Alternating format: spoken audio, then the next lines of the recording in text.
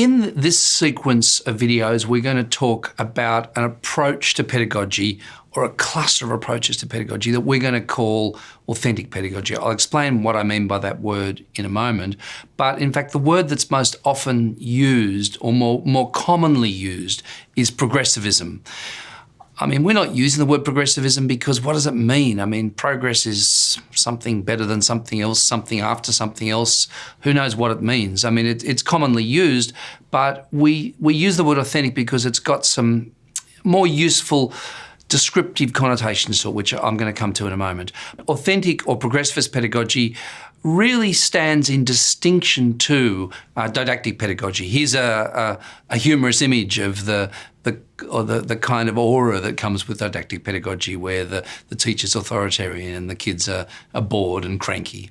What do we mean by authentic? Why are we using this word instead of the word progressive? Well, authentic implies a certain trueness to the interests of the child. You know, the child is really interested in what they're doing. It's authentic to them in terms of its learning that makes sense. It's motivated by genuine learner interest, and it's authentic in the sense that the substance of learning is manifestly relevant to society. When Winston Churchill was learning Latin grammar, or Charles Darwin was doing whatever the boring things were at school, it wasn't obvious to them that it was going to be relevant to their lives. This was relevant learning that was really relevant and really worth doing.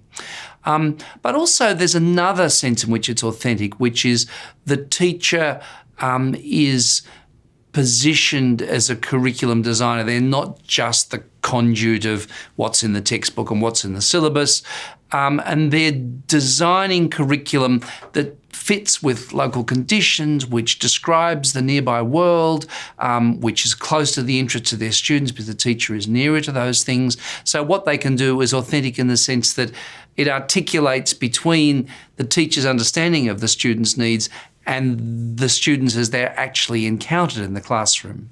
Now, to go through some of the famous people who over time have really given shape to these ideas, one of the earliest people to rail against didactic curriculum was the French philosopher Jean-Jacques Rousseau, one of the inventors of modern ideas of equality and democracy, somebody who was, in a sense, one of the intellectual fathers, if you like, of the French Revolution.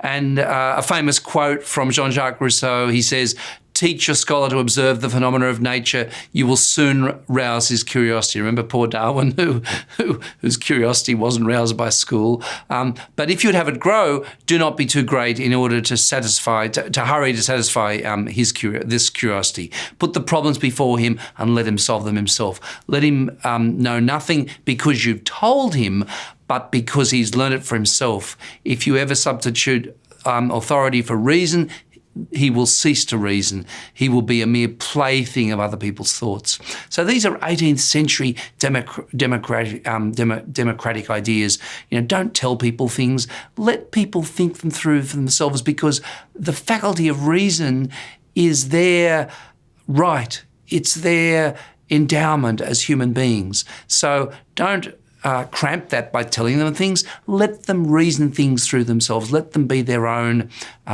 thinkers. So this was Jean-Jacques Rousseau speaking several hundred years ago, but also in a way what he's doing is explicitly saying how horrible the conventional schoolroom is. So this is a counterpoint to didactic pedagogy. If Jean-Jacques Rousseau didn't put any of this stuff into practice, some of the people who turn up at the turn of the 20th century do begin to put some of these ideas into practice in some very powerful ways. One of the most important people is Miss Maria Montessori.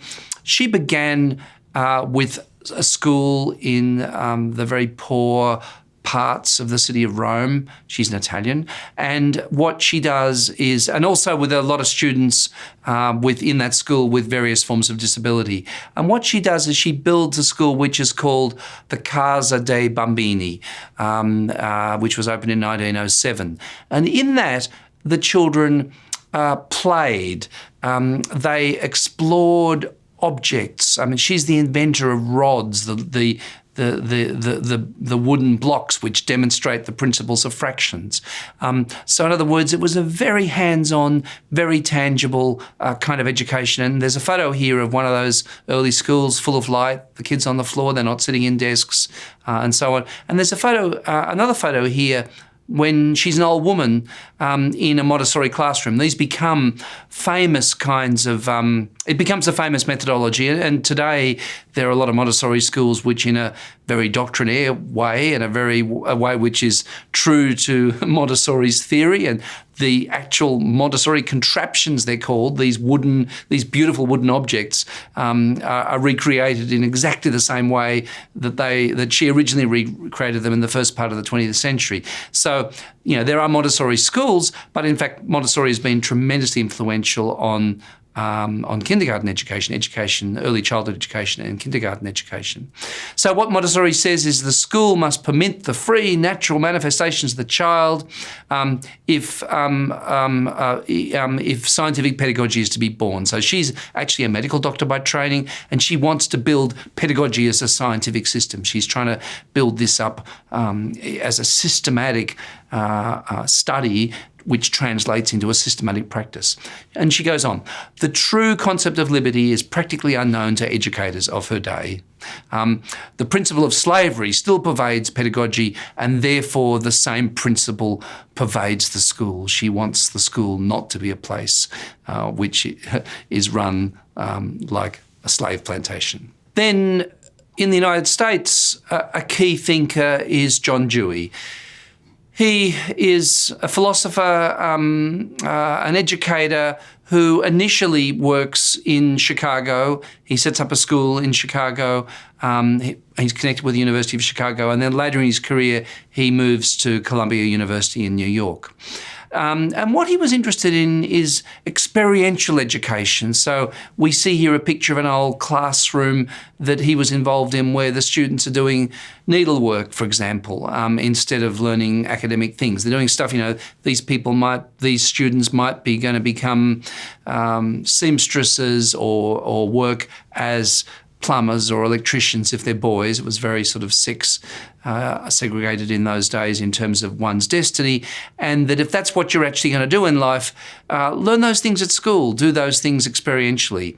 And what Dewey says philosophically is, he said, look, to imposition from above, the traditional didactic pedagogy is opposed expression and cultivation of individuality. To external discipline is opposed free activity. To learning from text and teachers, learning from experience. Experience is a really important concept for Dewey. To acquisition of isolated skills and techniques by drill is opposed acquisition of them as a means of attaining ends which make direct and vital appeal. To preparation for a more or less remote future is opposed the making the most of opportunities in present life, to become a seamstress, to become a technical tradesperson, for example. To static aims and materials, the abstract textbook and the content of the curriculum, is opposed acquaintance with the changing world. Do things which are relevant to that world, which are experiential, which are going to be relevant to your life. So this is Dewey speaking. Now, Dewey becomes one of the great American philosophers, and his overall philosophical system is called pragmatism. And in a sense, his early work in schools is a kind of a foretaste of what he then does, building this American school of pragmatist philosophy. Going now to England, another famous player in this whole progressivist movement is a man by the name of A.S. Neill. He set up a school called Summerhill, which became a famous book. And in this school, there were no rules. The kids could go to class if they wanted to and not go to class if they didn't want to. The classes were very, very open. The students could choose what they want to do. So it really institutionalized in a radical kind of way this idea of choice. Don't force anything on a child. Let them do what they want to do in their own time, at their own pace. And what Summerhill does, it tells in quite lyrical terms the stories of children who weren't at all interested and weren't going to do their schoolwork, and then they got bored and they decided they would. And the minute they decided they would, they started to flourish. So it's a kind of it's a famous book. It's a rhetorical book about this very, very open, free schooling. To move now to India, I want to move to the example of Tagore. Tagore, in fact, was a great Bengali poet, and he won the Nobel Prize in a funny University of Illinois story, which I think I should tell because it's not relevant to the narrative, but I might as well tell it.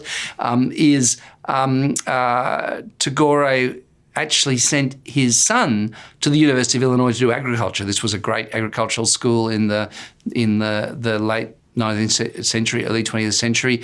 And when he learned that he got the Nobel Prize, he won the Nobel Prize for Literature in 1913, he was actually staying here at the University of Illinois with his son when he learned that he'd won the Nobel Prize.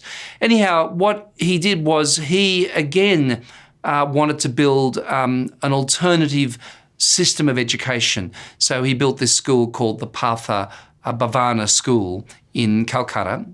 His family had been very wealthy. This was on family lands that he built it, some just north of Calcutta.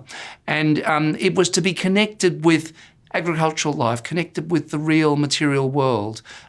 We have a couple of photographs here, one of Tagore teaching out in the outdoors in the school, very close to nature, and another quite wonderful photograph of him sitting and talking with Mahatma Gandhi. And this is what Tagore said about didactic pedagogy compared to the ideals of his Patha Bhavana school. He said, "The child's life is subjected to the education factory, lifeless, colourless, dissociated from the content of the universe, within bare white walls, staring like the eyeballs of the dead." You can tell he's a poet. "We are born with that God-given gift of taking delight in the world. But such activity is fettered and imprisoned and muted by the force called discipline, which kills the sensitivities of the child's mind, which is always on the alert, restless and eager to receive first-hand knowledge from Mother Nature. Instead, we sit inert like dead specimens of some museum, while lessons are pelted on us from on high like hailstones on flowers." So he wanted to do stuff which was relevant to the agricultural life, relevant to farming life. And the higher form of that was he sent his son to the University of Illinois to study agriculture.